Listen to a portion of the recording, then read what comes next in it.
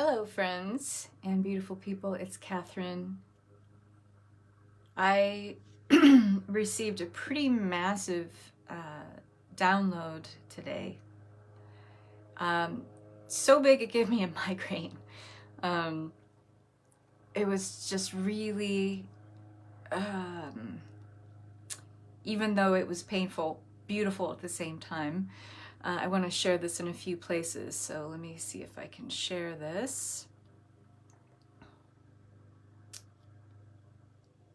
Yeah, I'm gonna share in a few places here. Okay, so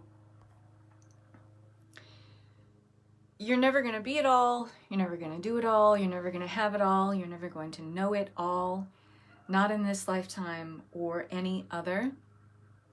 And that can either be the source of your frustration or it can be the cause for your liberation. And a flood of energy and additional information came up around that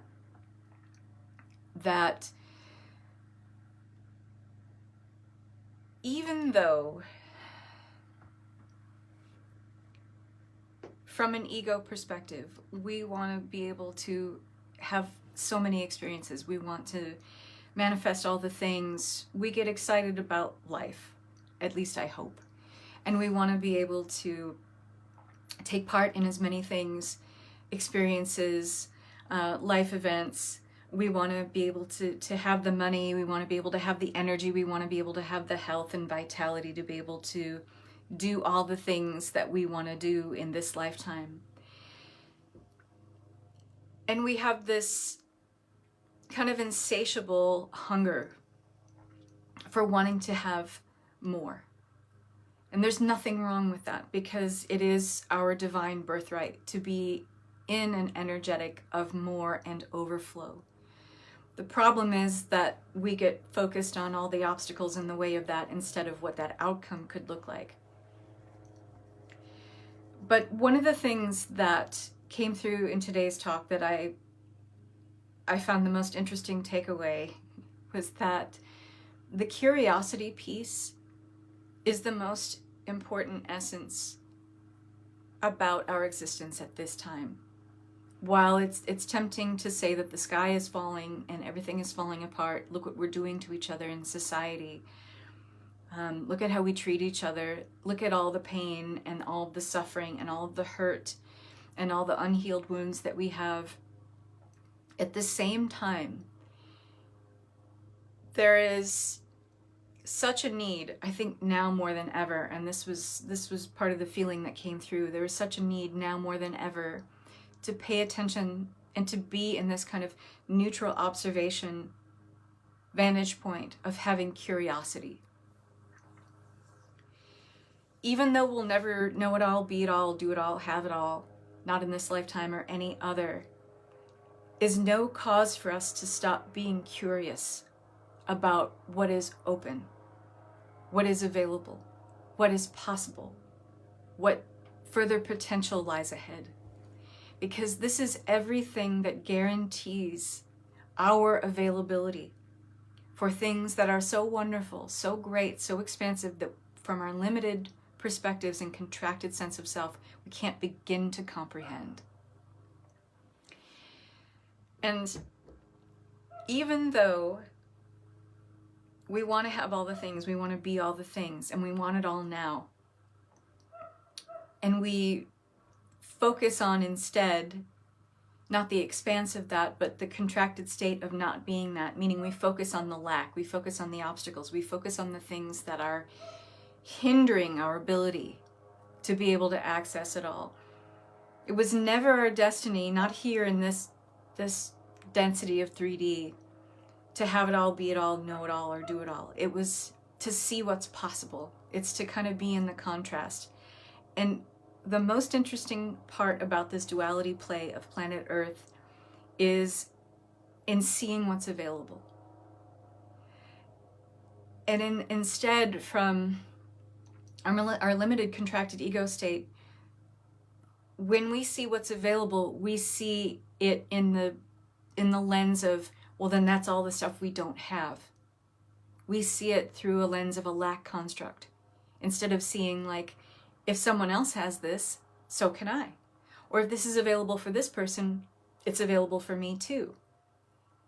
We instantly focus on the obstacle. We instantly focus on the lack paradigm instead of the abundance paradigm. This is, our cognitive bias. This is our way of looking at things from a very contracted scope of awareness that comes from ego. It is the gift of ego that really gives us this contrast. But we were never meant to be at the mercy of it. We were never meant to have the ego be the boss of our existence. We were never meant for the ego to have the final say in all things. And yet, we often give ourselves over to this perspective of reality, this very contracted sphere of awareness that is constantly telling us, but this is all you have right now. And you're still not this. You're still not that. You still don't have all the things. You still haven't accumulated all the experiences.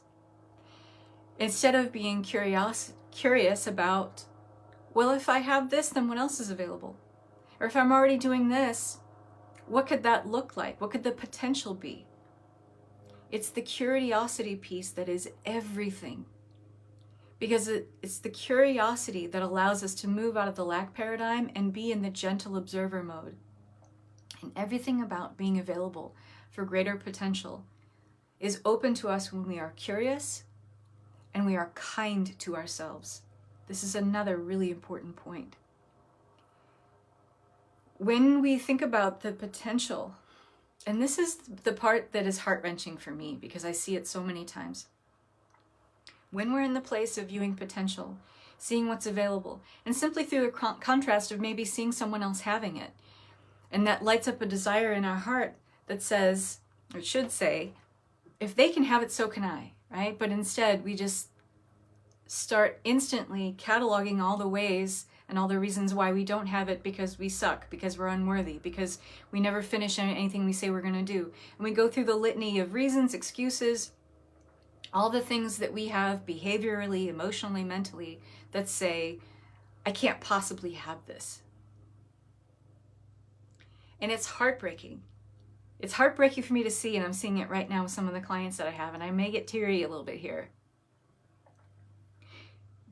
Because it comes down to where you're in the face, interfacing with all of this potential, and that your bias is to be unkind to yourself in the face of that.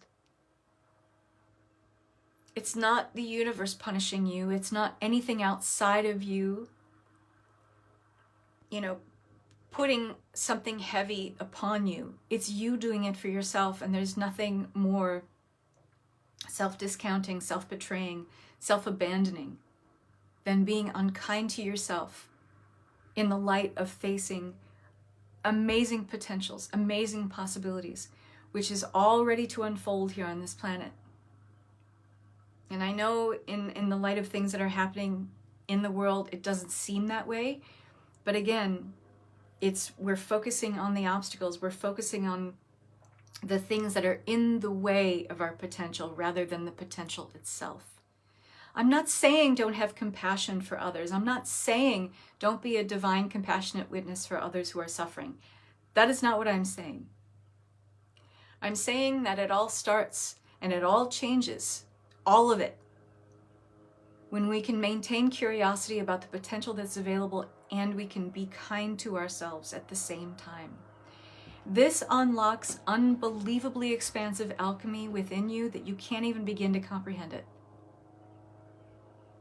And when I received this download this morning, I think the reason why it hurt so much and why I instantly had a migraine is because it hit up against an inner barrier or an inner wall that I have in my own reality, in my own inner reality.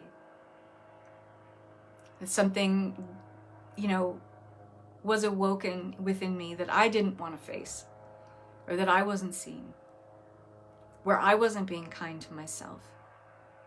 So I want to ask you right now, when you focus on the thing that you desire the most, at this very moment in time, right now, when you focus on that thing and you think about the potential that's available or what it could look like or what it could open up for you, is your immediate go-to a sense of lack and beating yourself up for not having it? Because that's signaling you being unkind to yourself. No one is doing that to you. You are doing that to you. If you know that you are doing that to you, then you also know that you have the ability to change it.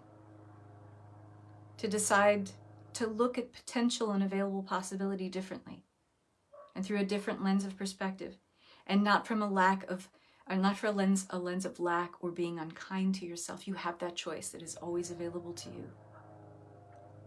And just because we'll never be it all, do it all, have it all those things, that doesn't mean that it's licensed to lose that curiosity bit, to lose that sense of wonder, to lose that feeling of childlike innocence. Because that energy of play is everything that allows you to illuminate these potentials in a way where they feel more accessible to you. If it feels like play, then it feels like something you can learn and grow and move into and create momentum with. If it feels like work, we tend to want to steer away from it, yes? So the curiosity, that neutral observation standpoint, is that cornerstone. It's the foundation of being able to approach possibility and potential with an energy of play. Childlike innocence, a sense of wonder, being open and available. It is the curiosity piece that allows you to be available for, open to allow permission to have greater potentials and possibilities. It's in the curiosity piece that we are saying to the universe, I'm here, I'm open, what do you got? What kind of interesting things can I get myself into now? What kind of new ways of thinking, feeling, and believing are you inviting me into? And where am I willing to step into that?